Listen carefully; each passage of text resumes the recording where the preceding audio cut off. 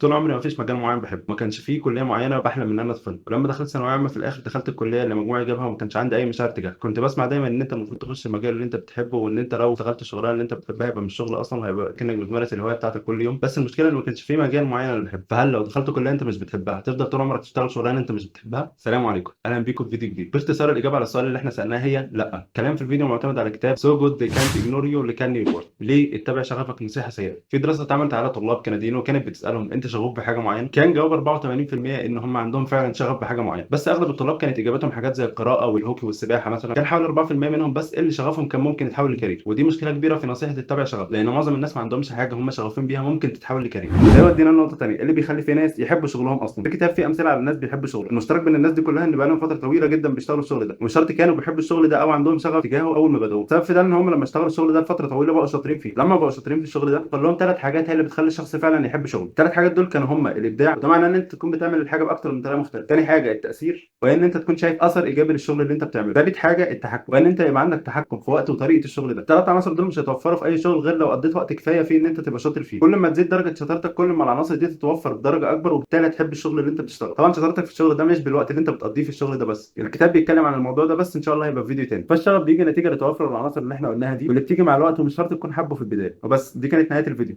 سلام عليكم.